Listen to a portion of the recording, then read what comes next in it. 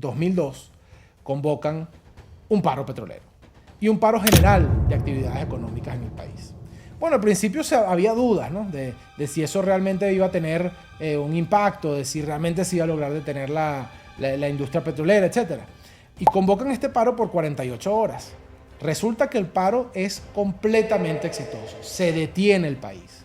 Es decir, por 48 horas no se mueve una hoja en Venezuela.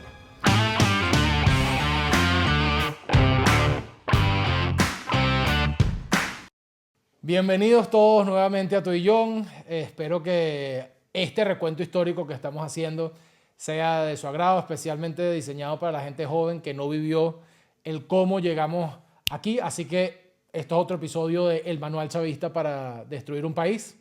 En la sesión pasada hablamos del golpe de Estado del 11 de abril, de la retoma del poder del día 13 y de la crisis posterior.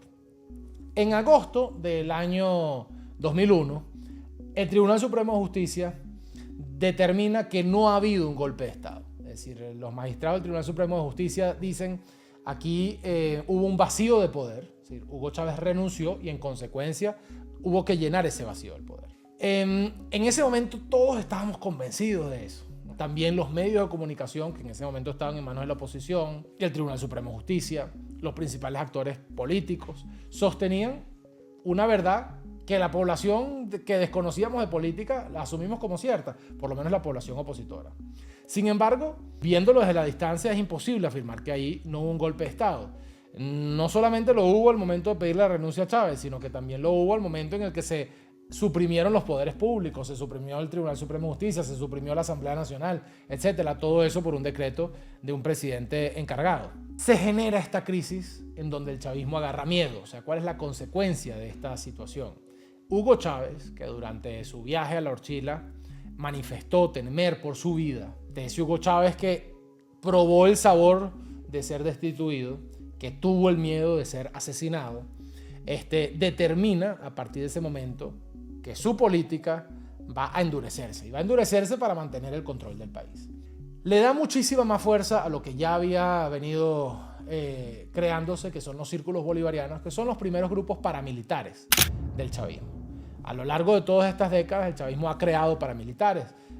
Los círculos bolivarianos, que después se convirtieron en los consejos comunales, que después se convirtieron en... Le han llamado de 3 o 4 maneras a lo largo de este tiempo, pero básicamente el concepto es el mismo.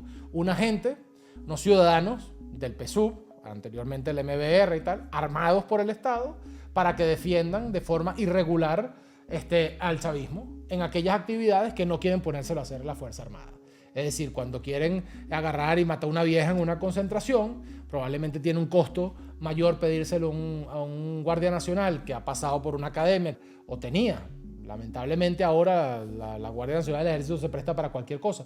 Pero en ese momento todavía había cierta institucionalidad militar, y entonces era más fácil ponérselo a un círculo bolivariano a que ofendiera, humillara, golpeara, incluso asesinara, que ponérselo a hacer a la Fuerza Armada. En todo caso, empieza este clima de violencia en el país. Ha habido un golpe de Estado militar, empieza la formación del paramilitarismo chavista, hay una realidad completamente disociada. Nosotros los opositores pensamos que el chavismo no existía prácticamente. Creo que lo he comentado en oportunidades anteriores.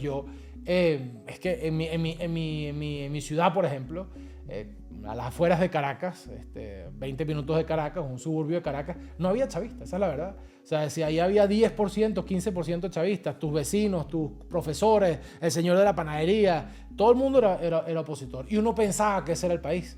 Pero tú le preguntas a alguien de Tucupita si esa era la realidad de Tucupita y no era la realidad de Tucupita. Tú le preguntas a alguien de San Juan de los Morros si eso era así y no era la realidad así. O tú te ibas para Catia y te parabas en plena Catia y esa no era la realidad de Catia. Entonces había dos países con una realidad disociadísima. ¿Entiendes? Que uno no pensaba que el otro existía. Es decir, tú te parabas en Catia y decías, bueno, pero hay esta gente que va en contra del pueblo, que no entiende que escogimos a Chávez, y esa era su versión. Y te parabas en San Antonio de los Altos y decías, bueno, ¿y dónde está el chavismo? Es un fraude, el chavismo es una mentira. El pueblo está en contra de Chávez. Pues bueno, resulta que esos dos países que no se tocaban empezaron a vivir esa diatriba con violencia. ¿Qué hace la oposición? Ya hemos dicho que los partidos políticos en ese momento prácticamente no existían. Es decir, el descrédito era absoluto. la debilidad era absoluta, las sedes de los partidos en los estados, en los municipios estaban en algunos casos incluso cerradas, es decir, los partidos no existían prácticamente en ese momento en Venezuela, estaban resistiendo pero con mucha debilidad. Asume el poder comunicacional, político, de dirección de la oposición, lo asume el sector petrolero y el sector sindical y el sector mediático, con una influencia siempre presente de la iglesia, de grupos económicos como Fede Cámaras y tal. Pero bueno, los medios determinan la política del país y utilizan a actores de los trabajadores petroleros y de los trabajadores de la CTV para poner esa agenda en el país. Estos fueron años en donde los medios fueron la oposición. Es decir, quienes determinaron la política de la oposición en esos años fueron los dueños de los medios de comunicación. Yo soy testigo de eso y ojo, y no digo esto como una crítica a esas personas, porque lo hicieron con el ánimo de no dejar caer la democracia de Venezuela. Es decir, yo tengo un hondísimo respeto por Marcel Granier, por ejemplo, como lo tengo por Alberto Federico Rabel, que es amigo y soy testigo de lo que han perdido, soy testigo de lo que han apostado, soy testigo de lo que han sufrido. Es decir, no es una crítica directa a lo que ellos hayan hecho, pero así fue. Ellos eran los jefes de la oposición, más que los jefes de los partidos. O sea, Alberto Federico podía levantar un teléfono y decir, mira, coño, se me ocurrió una idea, haz tal cosa, ¿no? Y eso ocurría, ¿no? Y el chavismo denunciaba eso y la oposición no sabía que eso era de esa manera, ¿no?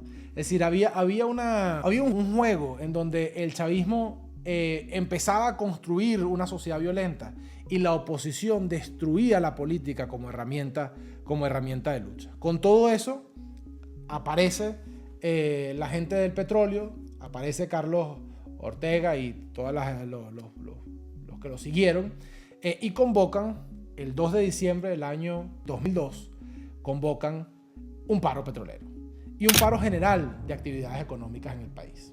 Bueno, al principio había dudas, ¿no? de si eso realmente iba a tener un impacto, de si realmente se iba a lograr detener la industria petrolera, etc.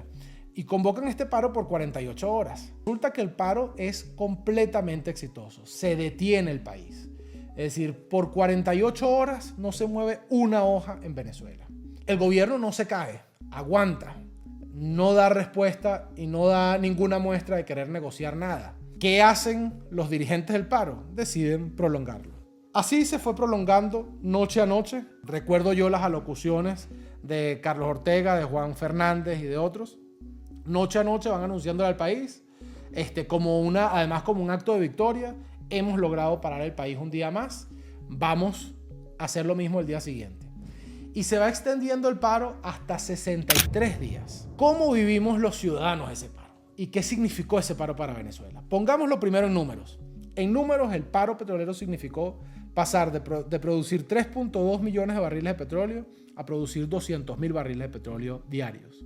Venezuela, por primera vez en su historia, después de 100 años de industria petrolera, tiene que importar gasolina para poder suplir su mercado nacional.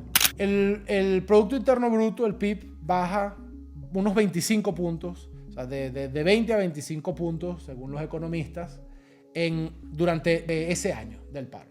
Empieza una gran incertidumbre porque se detienen estructuras claves de la industria petrolera como el Palito, como las grandes refinerías Paraguaná, las grandes refinerías que eran precisamente las que producían la gasolina y producían el queroseno y producían tantos otros derivados del petróleo que eran necesarios para la vida diaria. Y desde el punto de vista social, hoy se ve normal para el chamo de 20 años para el que está dirigido este podcast, o la persona de 30 años que nunca vivió esto. Hoy lo ve normal que no haya harina pan, hoy ve normal que haya que hacer una cola de 10 horas para echar gasolina, o de un día y medio para echar gasolina.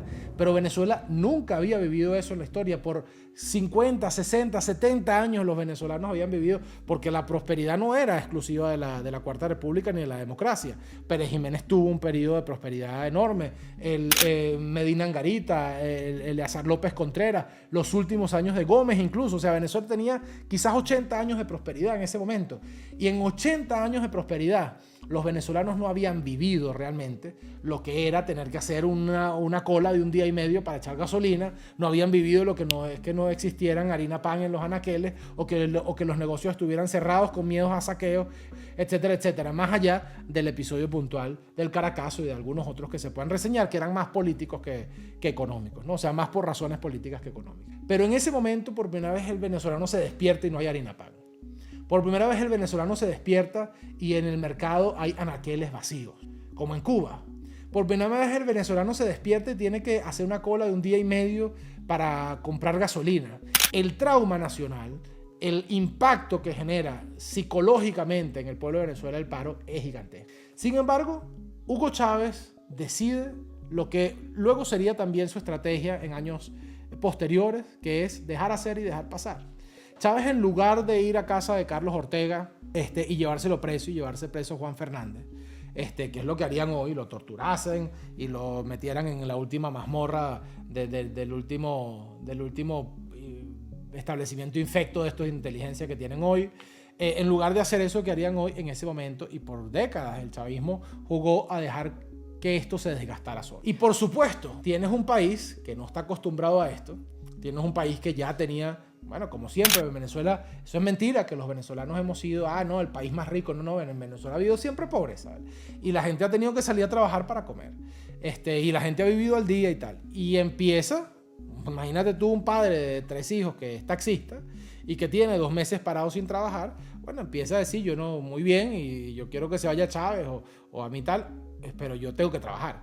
O empieza el tipo que no le importa mucho la política, porque en ese momento la politización no era como hoy. Había sí una preocupación sobre el país y tal, pero no habían ocurrido todas las cosas que han ocurrido hoy y que hacen que la sociedad de Venezuela esté hiperpolitizada. Había un gran segmento de la población que eso le sabía nada. Es decir, que decía, yo si no trabajo no como y listo, yo tengo que salir a la calle a trabajar, ¿no? Como pasaría hoy en España, como pasaría hoy en otros países normales en donde la gente, bueno, hay gente que puede vivir al margen de la política. En Venezuela había mucha gente que vivía al margen de la política y que decía, a mí este paro me estorba porque yo voy a quebrar mi negocio, voy a quebrar mi tienda, voy a quebrar mi restaurante, etcétera, porque esta gente loca está parando el país.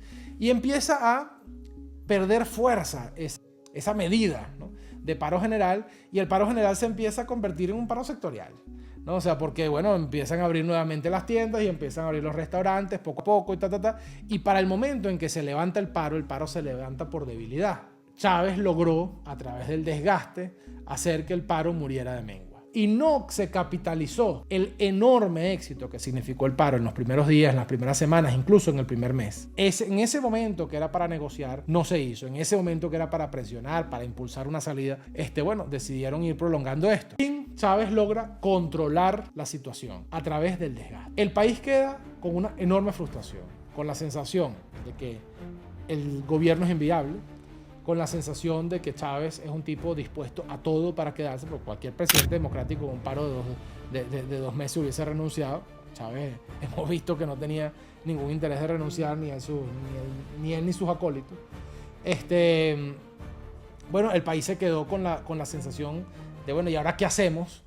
Y, como les digo, con ausencia de política, deciden la sociedad civil venezolana, a partir del paro, llamar a un referéndum revocatorio. Señores, muchas gracias. Hasta aquí el episodio de hoy. Hemos hablado del paro petrolero, cómo empezó a torcerse el Consejo Nacional Electoral y cómo eso significa para los años posteriores un trauma enorme para la población. Lo veremos en próximos episodios. A todos ustedes, especialmente a la gente joven, muchas gracias por acompañarnos. Suscríbanse a mi canal y nos vemos la próxima semana.